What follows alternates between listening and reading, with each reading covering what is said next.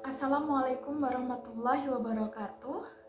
Saya Nurul Mifahujana dari Fakultas Ekonomi Ilmu Sosial dan Humaniora, Program Studi Ilmu Komunikasi Universitas Aisyah Yogyakarta dengan NIM 2010-91005.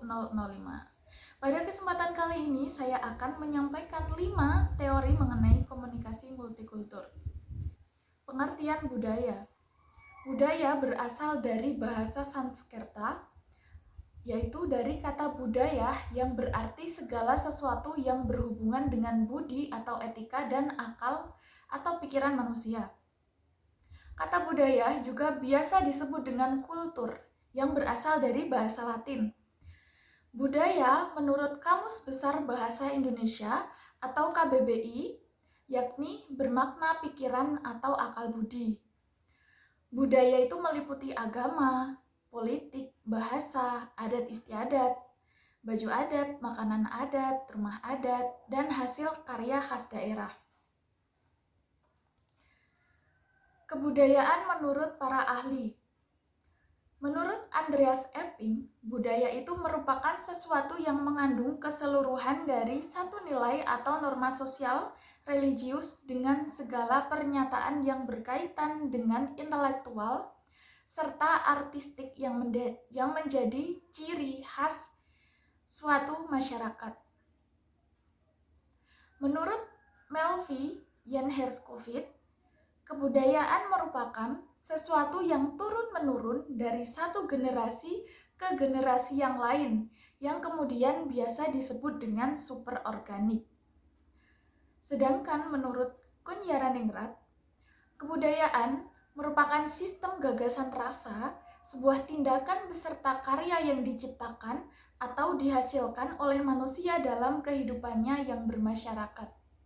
Teori komunikasi ada 5. Yang pertama, teori kecemasan dan ketidakpastian. Yang kedua, teori negosiasi wajah. Yang ketiga, teori kode bicara. Yang keempat, teori KO kultural.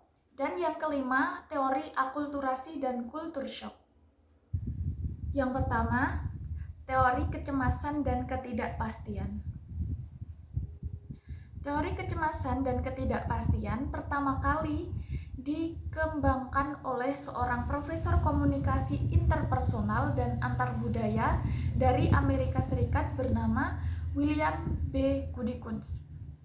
Ia berpendapat bahwa kecemasan dan ketidakpastian itu akan menjadi penghambat dan kegagalan komunikasi antar kelompok atau organisasi. Terdapat 6 konsep dasar dalam teori kecemasan dan ketidakpastian, yaitu yang pertama, konsep diri.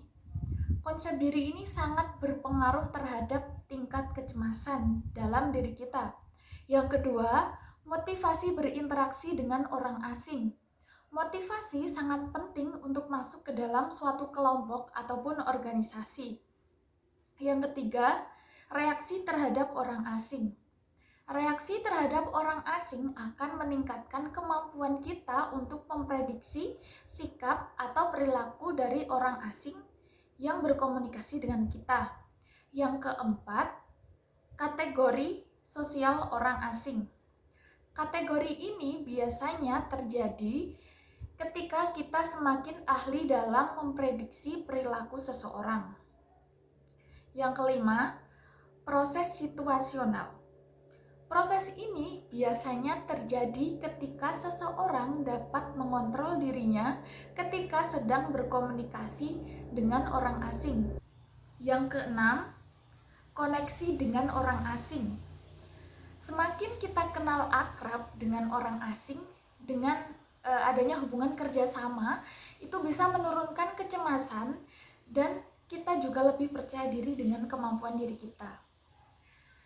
Contoh teori kecemasan dan ketidakpastian.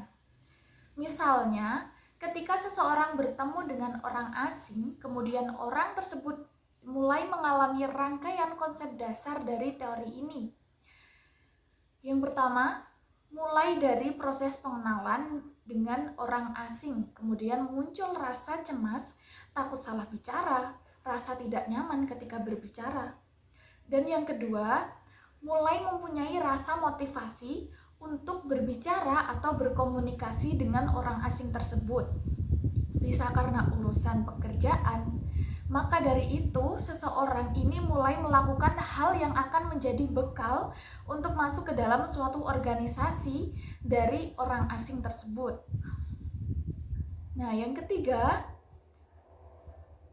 seseorang tersebut mulai melakukan pengamatan mengenai perilaku lawan bicaranya, apakah orang tersebut benar-benar baik atau hanya baik karena sekedar tuntutan pekerjaan saja.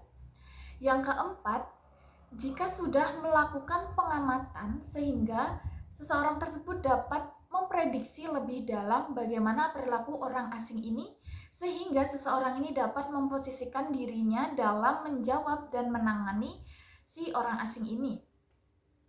Yang kelima, kategori sosial orang asing. Seseorang ini mulai dapat mengelompokkan orang asing ini ke dalam suatu kategori menurut cara pandangnya ketika melakukan aktivitas, baik dengan orang yang sudah dikenal maupun orang yang belum dikenal. Yang keenam, seseorang ini mulai bisa mengontrol dirinya, baik pembicaraannya ataupun tingkah lakunya yang dia rasa kurang pas untuk disampaikan kepada si orang asing tersebut. Yang ketujuh, setelah seseorang ini mulai kenal dan paham akan sifat orang asing ini, seseorang ini bisa menjadi lebih akrab dan seorang ini juga dapat menurunkan tingkat kecemasannya karena merasa sudah paham dan kenal dengan orang ini. Yang kedua, teori negosiasi wajah. Pengertian teori negosiasi wajah.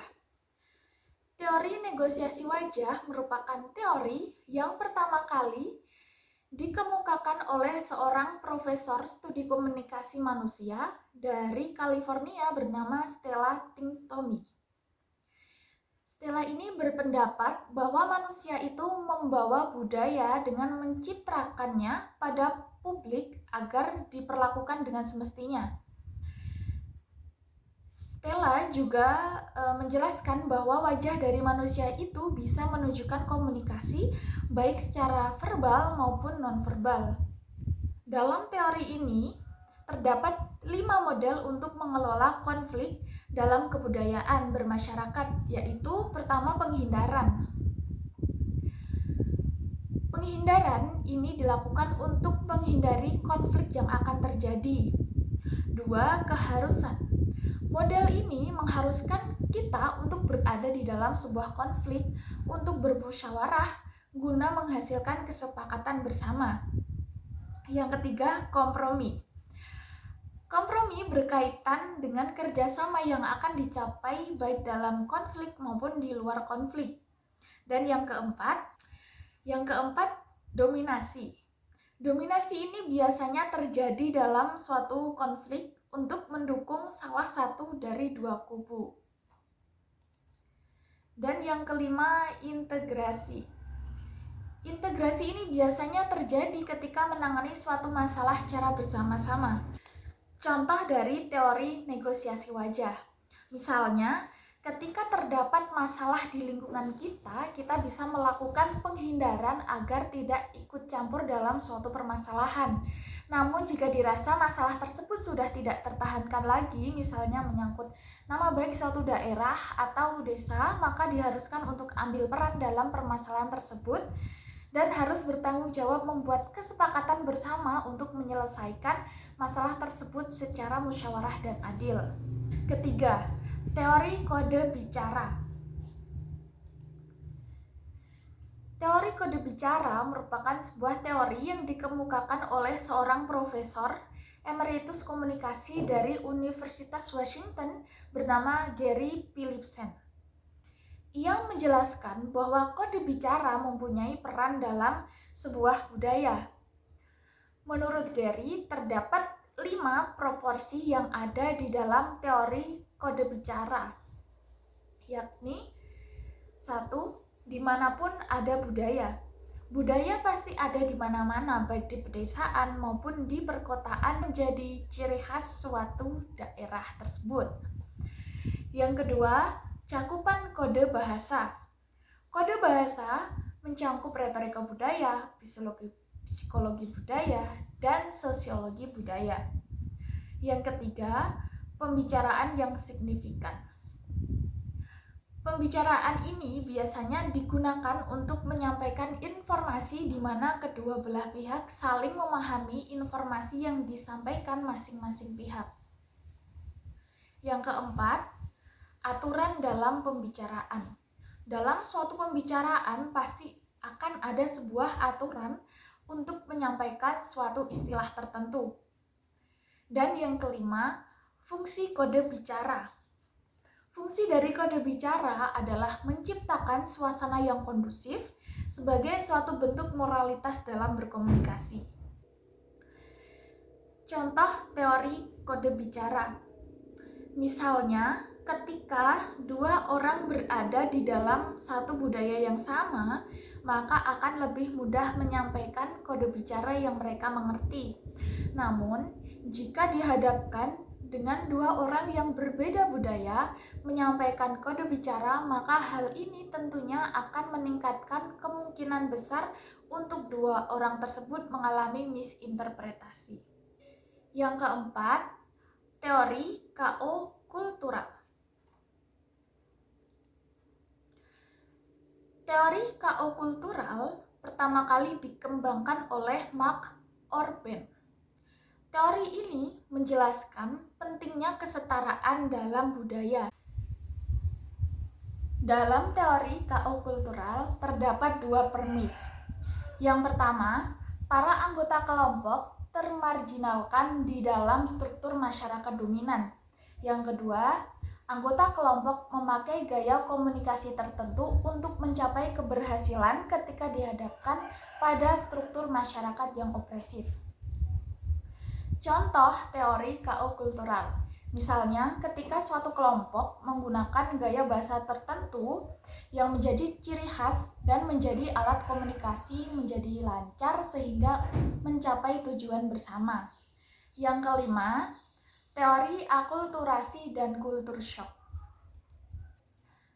Teori akulturasi merupakan teori yang pertama kali dikemukakan oleh Berry pada tahun 1987.